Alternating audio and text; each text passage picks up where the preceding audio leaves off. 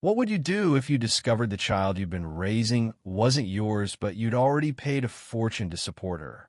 4 or 5 years, I lived in that shadow, my life unraveling thread by thread, until a single letter turned my world upside down. My name is Daniel Harper, and I used to believe in love the way kids believe in superheroes. My marriage to Emily was a whirlwind high school sweethearts, a small wedding in our hometown, and dreams of family. We weren't perfect, but we were happy, or so I thought. 3 years into our marriage, Emily gave birth to Lily, a beautiful girl with bright blue eyes and a laugh that could melt stone. I was smitten. I changed diapers, sang lullabies, and worked double shifts at the factory to provide for my girls. Life wasn't glamorous, but it was ours. Then came the cracks. Emily grew distant, her smiles forced, her evenings spent working late. I trusted her maybe too much. When she confessed to an affair, it felt like a sledgehammer to my chest. She swore it was brief, a mistake with a co-worker named Mark, and begged for forgiveness. I wanted to believe her to save our family, so I stayed. But 6 months later, she left me, taking Lily and half my heart with her. The divorce was brutal. Emily got custody, and I got a court order to pay $1,000 a month in child support. I didn't blink. Lily was my daughter, my reason to keep going. I'd do anything for her. For 5 years, I paid $50,000 scraped together from overtime, skipped vacations, and a second job driving delivery trucks. I lived in a one-bedroom apartment, ate ramen most nights, and saw Lily every other weekend. Those visits were my lifeline, her tiny hand in mine, her stories about school, her drawings taped to my fridge. But something always felt off. Emily's new life with Mark was glossy, expensive. They moved into a house I could never afford, and Lily's clothes were always designer. I swallowed my pride, assuming my money was giving her a good life. Then came the twist I never saw coming. One rainy Tuesday, I found an envelope slipped under my door. No return address, just my name scrawled in shaky handwriting. Inside was a single page, typed and unsigned. Lily isn't yours. Get a DNA test. My stomach churned. It had to be a cruel prank. But the words burrowed into me, gnawing at the edges of my trust. I thought of Lily's blue ISO different from my brown ones, or Emily's hazel. I thought of Mark with his piercing blue gaze. Doubt crept in like a thief. I didn't sleep that night. By morning, I decided. I contacted a lawyer, quietly arranged a DNA test during my next visit with Lily. Swabbing her cheek felt like a betrayal, but I had to know. 2 weeks later, the results came. Lily was not my biological daughter. The truth hit like a freight train. 5 years, $50,000, countless sleepless nights all for a child who wasn't mine, born from Emily's affair. Rage burned through me, but it was the heartbreak that cut deeper. I loved Lily. Biology didn't change that, but Emily's lie did.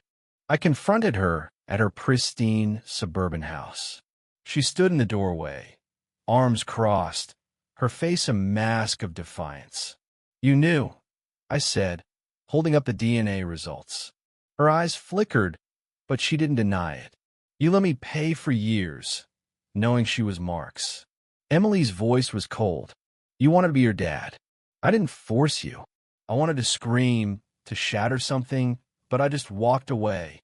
Lily was inside, probably coloring at the kitchen table, unaware of the storm tearing through my heart. That's when the unexpected entered the story. Mrs. Clara, my elderly neighbor.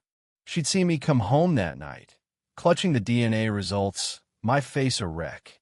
Clara was a widow, tough as nails, but with a warmth that snuck up on you. She invited me in for tea, and I spilled everything: Emily's betrayal, the money, Lily. Clara listened, her eyes sharp. Then she said something I'll never forget. "Family isn't just blood, Daniel. It's the love you choose to give. But you deserve justice, too." She handed me a business card for a lawyer she knew, a shark who specialized in family law. "Fight for what's right," she said, "but don't lose that little girl in the process." Clara's words lit a fire in me. I hired the lawyer, a woman named Rachel who was all business and no nonsense. She dug into the case, uncovering Emily's deception in court records. Emily had known Lily wasn't mine from the start. She'd admitted it to a friend in an email Rachel subpoenaed. The court case was a grueling 6 months. Emily fought dirty, painting me as an absent father, but Rachel was relentless. In the end, the judge ruled in my favor. The child support payments were nullified, and I was owed restitution for the $50,000. Mark, now Emily's husband, was ordered to repay me since he'd been complicit in the lie. The money was a hollow victory. Every dollar I'd paid was for Lily, not Emily. I didn't want it back if it meant losing her. But the court had another surprise: joint custody. Emily's deceit had weakened her case, and my lawyer argued I'd been Lily's father in every way that mattered. The judge agreed. I'd still see my daughter because love, not DNA, made her mine. The first weekend with Lily after the ruling was bittersweet. She ran to me, arms wide, unaware of the legal battles. We built a fort out of blankets, ate too much ice cream, and watched her favorite movie. But as she slept, I wrestled with the truth. Should I tell her one day? Would it break her? I didn't have answers, but I had Time and Clara's wisdom echoing in my head. Months later, I used the restitution money to start a college fund for Lily. Emily and Mark struggled to repay it, their perfect life cracking under the strain. I didn't care. My focus was Lily and the life we were building. Clara became a regular at our weekend pancake breakfasts, her stories of her own family teaching me what it means to hold on. She'd lost a son years ago, she told me once, but found family in the people she chose to love. That stuck with me.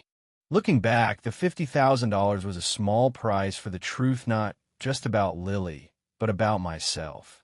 I learned that love can endure betrayal, that family is a choice, not a contract.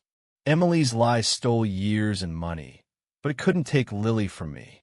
I'm still her dad, in every way that counts. And when she's old enough, I'll tell her the story not to hurt her, but to show her what love can overcome. As I write this, Lily's drawing at my kitchen table, humming a tune I taught her.